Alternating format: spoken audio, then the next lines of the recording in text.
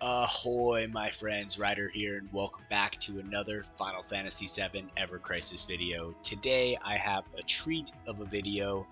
I wanted to just get it out in the open and figure out how much mats we need in order to get these weapons up to level 120. I was sorely disappointed to find out that there are no new weapon quests added for the new nano cubes or genome pods, which means that as of right now, the only way to get them is through the premium quests, and we all know how slow those are. And then other than that, to buy them, which I think is pretty freaking lame on Applebot's part. They should have at least added a way in which we can farm these items. I don't think it's going to be long until they do add that, but right off the bat, it's just kind of a letdown. However, I went into the shop. I wanted to see once and for all what it is going to take to get a weapon to level 120. So, although I do not recommend this, I purchased this legendary double summon pack right here. Now this is going to come with everything that it takes to get one weapon up to hopefully level 120, depending on how many mithril ingots we get. So today in this video, we're going to be doing just that. I'm going to be taking a weapon from level 90 to 100 to 110 and hopefully 120. We're going to find out exactly what we need at each level and how much of an increase this is going to give to the weapons. Now I'm going to go in here to these weapons right here. As you can see, I have a good amount of weapons. Now I think a prime candidate for this would be Cloud's new Stream Saber, right? However, I do want to do some guides possibly with this sword, and if I'm running around with it at level 120, I think that no one is going to be able to what's the word here, kind of sync up with that. So I have decided that I am going to take the trusty Buster Sword up to level 120, hopefully. Alright, so here we are at level 90. The Buster Sword is at OB6. As you can see, it's going to cost 30 microcube model 2s, which I have 30 of, and 10 mithril ores. So first we're going to uncap the Buster Sword. First weapon to level 100. Here we go. Alright, now I'm going to optimize it. We're going to take it to level 1. Let's see here. Alright, so before we go into the grindstone chunks, let's look at the actual stats. So here we have 475 physical attack, 415 magic attack, and 208 healing. If I optimize this, it's going to go to 501, 437, and 217. So roughly 26 physical attack, 22 magic attack, sorry, and 9 healing. Alright, so let's go through that. So not bad. I think basically the same as any other weapon when you level them up. Alright, so here we are. Gonna get this up to level 100. I know you guys probably think I'm crazy to be taking the Buster Sword up, but it is what it is. I don't want to help you with guys, and I don't want to be doing it with weapons that other people can't relate to or don't have the capacity of getting, especially at this point in the game where this is kind of locked behind a paywall, which is something that I really am disappointed in, truthfully. They need to seriously unlock new quests for the new pods and cubes as fast as possible, in my opinion.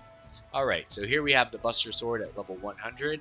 To push it to level 110, we are going to need another 10 mithril ore and 30 of the microcube model 3s. Alright, so let's go here and uncap this right here.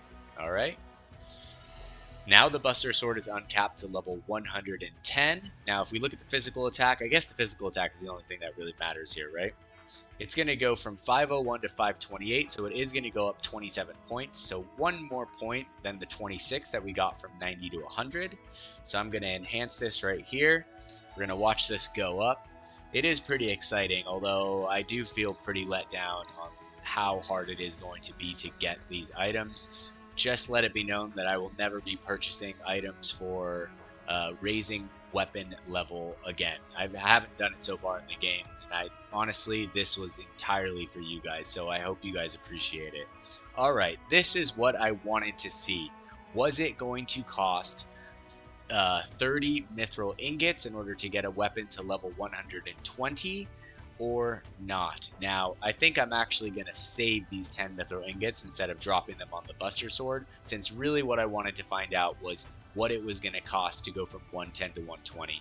Thankfully, we don't have any mithril ore in here, which is something I was worried about, so it is only going to cost an extra 20 mithril ore to go from 90 to 120, and I have no idea how rare these mithril ingots are, but I'm guessing they are going to be pretty damn rare.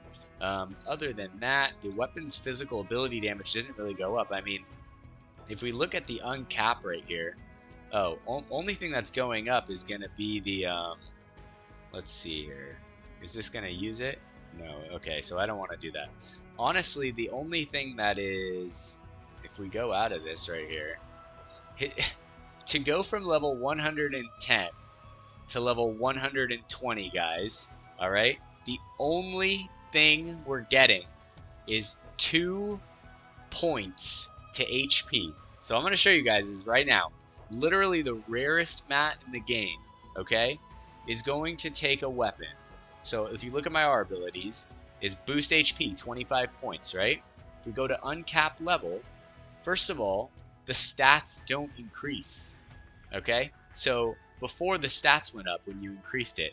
On top of that, the R ability is only boosted 2 points. Now, is this going to be the same for other weapons? Is it just the Buster Sword?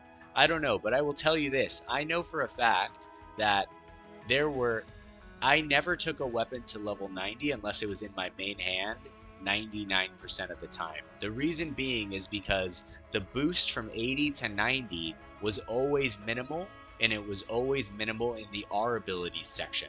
So this is a reflection of going from 80 to 90 on a higher scale, except it's not giving you anything out of the ordinary here. We're getting 2 extra points to HP, which honestly is nothing. So I'm going to save my 10 mithril ingots. I don't know what I'm going to use it on.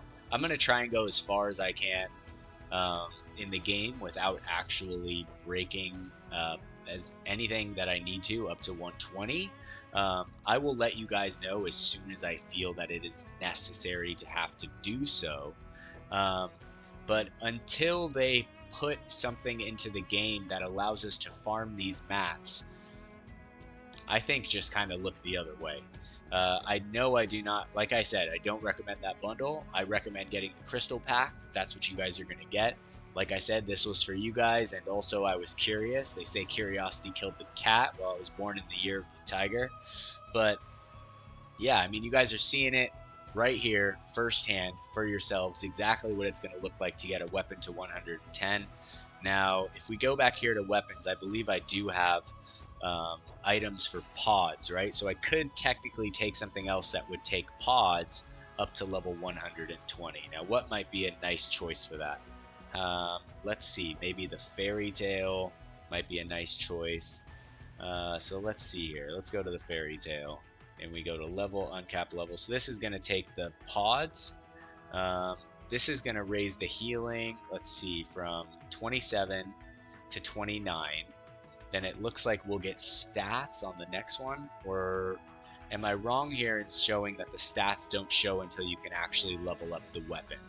So I'm just going to play this old-fashioned right here and go with the fairy tale and the Buster Sword. Alright, so I'm going to break this one. Okay, so that's going to go to 29.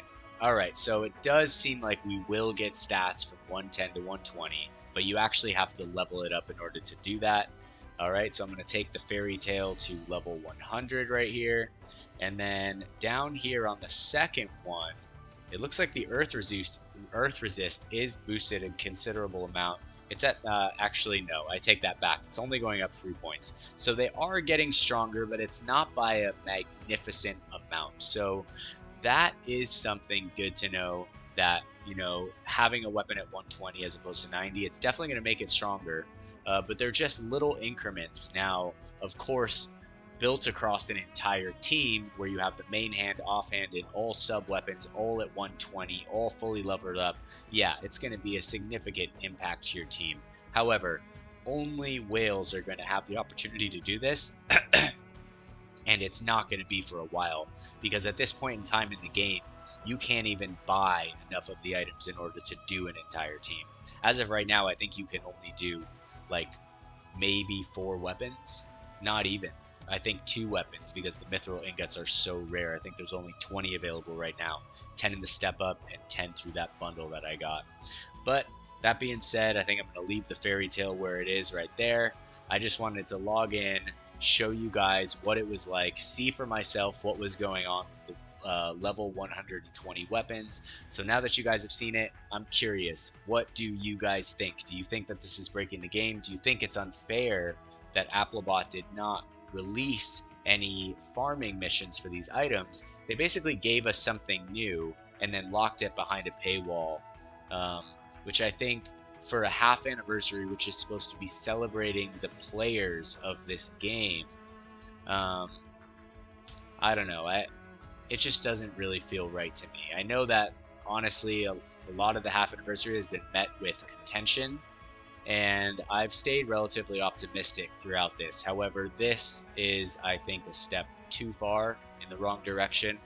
But however, they can rectify this. You know, if they release those quests within a month, then I'm not going to be super upset about it. You know, I can wait a month or however long. Hopefully it's not too long, though, that we have to go without them.